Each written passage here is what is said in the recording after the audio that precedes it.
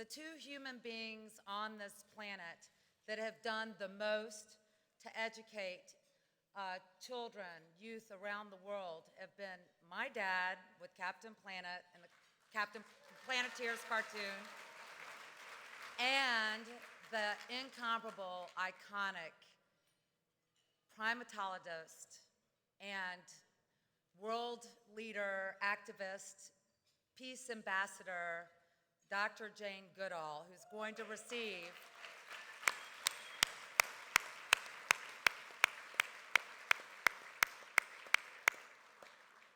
the Exemplar Award, and she has earned every bit of it.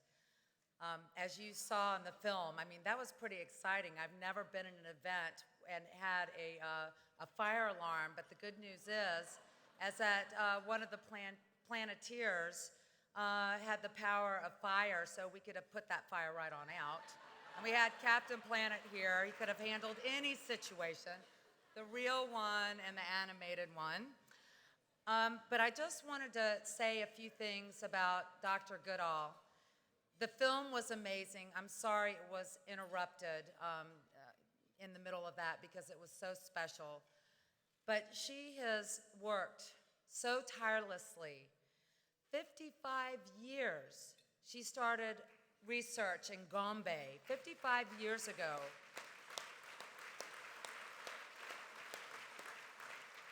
And she'd rather be with the chimpanzees in Gombe National Park, probably, than with us here tonight.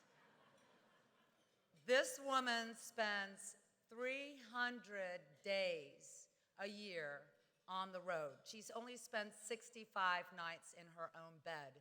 I can't imagine anything more exhausting.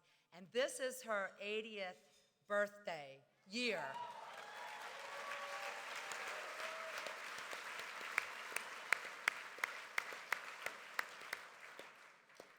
And she's written 37 books. So if you need to buy anybody a Christmas present, go out and buy them and buy the whole library.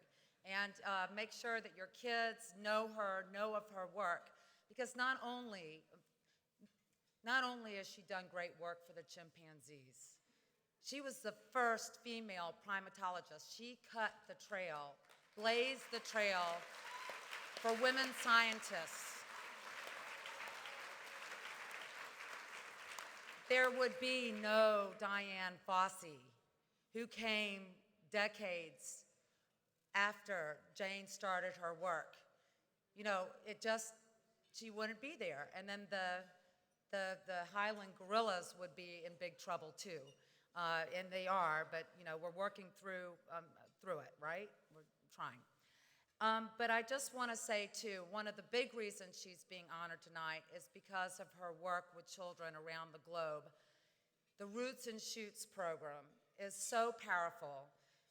It's in 138 countries. I got it hot off the press from Jane today.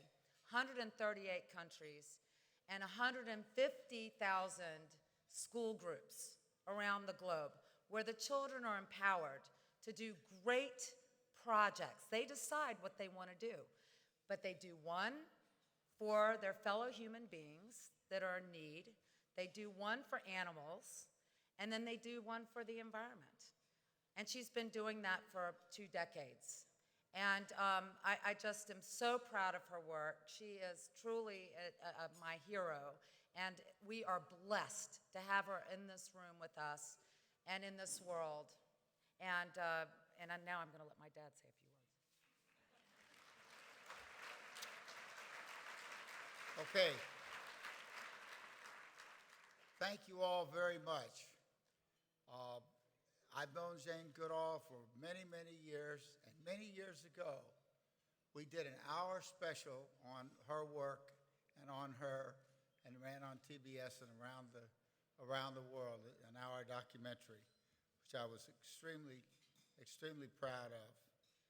And she's done just incredible work, as we all know, and we are fortunate to have her here with us. You can tell your children and grandchildren we were there and met Jane Goodall. Jane Goodall, are you here? Would you come up? And here she is. Let's have her a big standing ovation.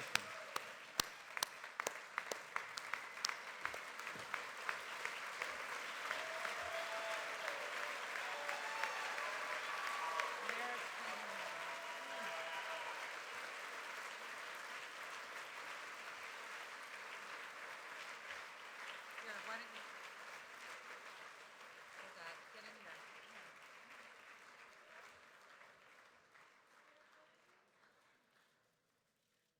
Jane, you got the podium.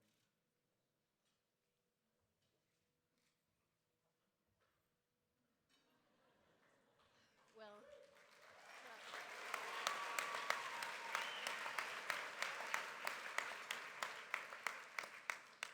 thank you, Laura. Thank you, Ted. Thank you, Captain Planet Foundation. And, you know, what a great honor it is to receive this award, knowing who's received it before. All these incredible, amazing, inspirational people. And so I'm really very proud to be here tonight. I wish I could see you, but you're so dark. Can we put the lights up a bit so I can actually see you? I would like to, but I don't know. They said they would do it differently. Why don't you turn off Just a little bit, turn down these lights a so little I bit. can see people. Like, because yeah, that's better. Yay, yay, yay, thank you. Yeah. I really don't like talking into a black room like a rabbit in the headlights of a car. Now I can see you all, which is much, much better. And I have to start with my sort of, you know, trademark, like people in the far side of the room. I have to give you the distance greeting, don't I, which...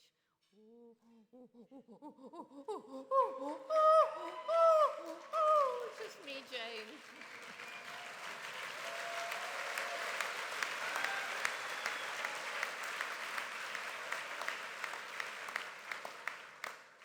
I want to start off by saying I couldn't do what I did, what I do, if it wasn't for a group of amazing and wonderful people, the people of the Jane Goodall Institute, which began here in the US in 1977. And so here tonight, I don't know where you are, but Mary Humphrey, our CEO, and we've got Anna Gibbon. You know, Gibbons, I love Gibbons as well as the great apes. I don't know where you are. Right there. And Susanna Name, who travels with me in North America and South America. She's from Argentina. She's my Latin American voice. And we've got one of our board members, Mary Mapes, right here from your Atlanta. So,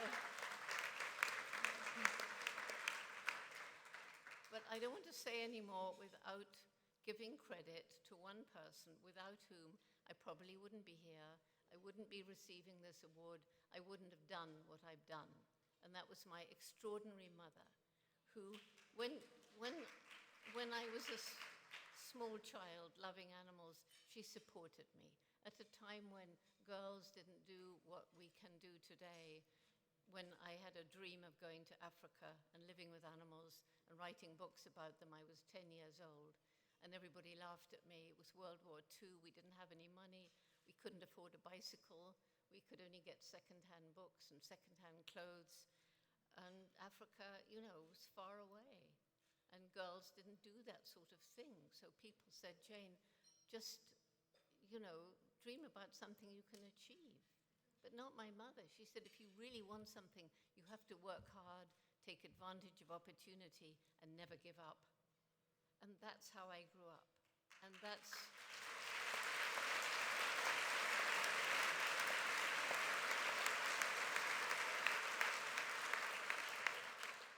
And as you've heard, I do travel 300 or so days per year. And I am growing this Roots and Shoots program around the world. And it's preschool through university. We even have adult groups now. And a lot of these groups are in rural Africa. They're in inner cities in the US and around the world. They have very little money. So how lucky it was that I grew up with very little money, that I grew up when girls couldn't do what I did. And so I can say to the children, you know, follow your dreams, never give up. And the number of letters I've had from kids around the world saying, You taught me that because you did it, I can do it too. And that is the best possible, uh, you know, thank you that I could have for doing what I do. And we all know that this world is a mess. Everybody in this room knows what we've done. And when I think what I have seen change since I was a small child, these two wonderful children that were up here tonight, Carter and Olivia, since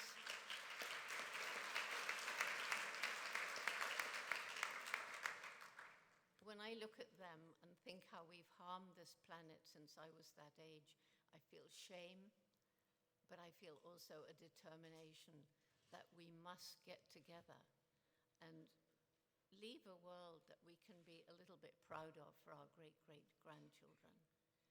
And as we continue to destroy the environment, we're destroying the very system which enables us to survive. We destroy the forests and we destroy the ocean with pollution and make it acidic. And this compromises the forest and the ocean's ability to absorb carbon dioxide. And as we destroy the forest, it releases carbon dioxide. And so we get the climate change. And so we get the terrible situations that we were hearing about earlier today from Marshall Shepard. It's all interconnected. All the problems that we inflict on this planet are interconnected. And as I was traveling around the world, leaving Gombe because the forests were going and the chimpanzees were becoming extinct right across Africa, I was meeting so many young people who seemed to have lost hope, who were depressed, who were angry, who were apathetic. And when I began talking to them, they said more or less the same thing. We feel like this because you adults have compromised our future and there's nothing we can do about it. Well, as we've heard, there is something that young people can do about it. There is something that young people are doing about it. And when people say to me, Jane, how do you get energy to carry on traveling around the world? What inspires you? I get inspired by the young people because everywhere I go, it's Roots and Shoots, it's the young people working with the Captain Planet Foundation, it's other youth organizations with shining eyes wanting to tell me what they've been doing to make the world a better place. And that's my greatest reason for hope. But in addition to that, there's this extraordinary brain we have. The one thing that makes us more different from chimpanzees, our closest relatives, than anything else is the explosive development of our brain, our intellect. And how bizarre that the most intellectual creature that's ever walked the planet is destroying its only home. But nevertheless, as we know, this same scientific brain has created incredible technology that can allow us to live in greater harmony with the natural world upon which we depend for the future of the planet. And so often, green energy, clean energy is up against the vested interests of the international corporations that don't want us to become free from fossil fuels as long as there are fossil fuels to be dug out of the environment. But nevertheless, our human brain is creating amazing technology. And we as individuals, and I think this is even more important, every single day that we live, and this is the main message for Roots and Shoots, we make an impact on the planet. Every single one of us matters. Every single one of our lives makes a difference. And if we start thinking about the consequences of the little choices we make, what we eat, what we wear, how we get from A to B, how we interact with people, animals, and the environment, then what I do as an individual doesn't make any difference. But if there's 100, 1,000, 1,000,000, and eventually billions of people making the right environmental and social choices, then we move to the kind of world that we all want for our children and our children's children. And the resilience of nature. All around Gombe, it was bare hills because of the overpopulation. So So when I arrived, it was forest. By the early 90s, it was bare hills, working with the people, improving their lives, because they were living in abject poverty and destroying the environment in order to survive. But now with microcredit and other projects that we've initiated with them at what they chose to do, the trees have come back. The chimps today have more forest than they had 10 years ago, and the bare hills are green.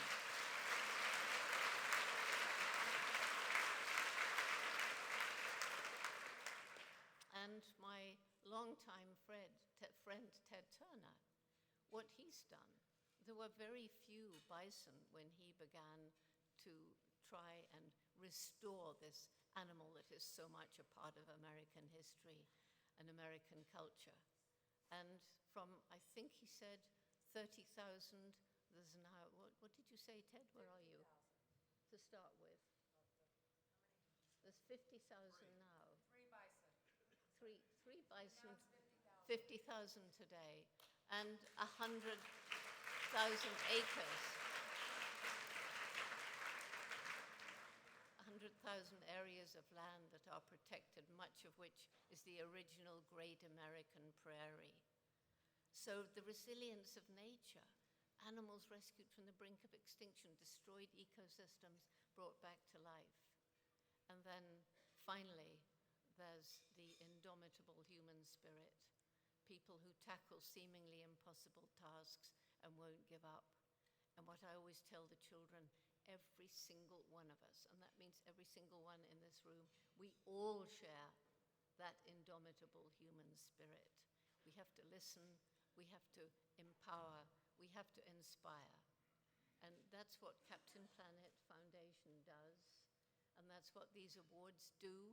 They inspire people, and bringing young people like Carter and Olivia to stand and tell people what they've been doing, and knowing that young people like this all around the world, when they're inspired, are making the same kind of difference. That's inspiring. That gives us hope.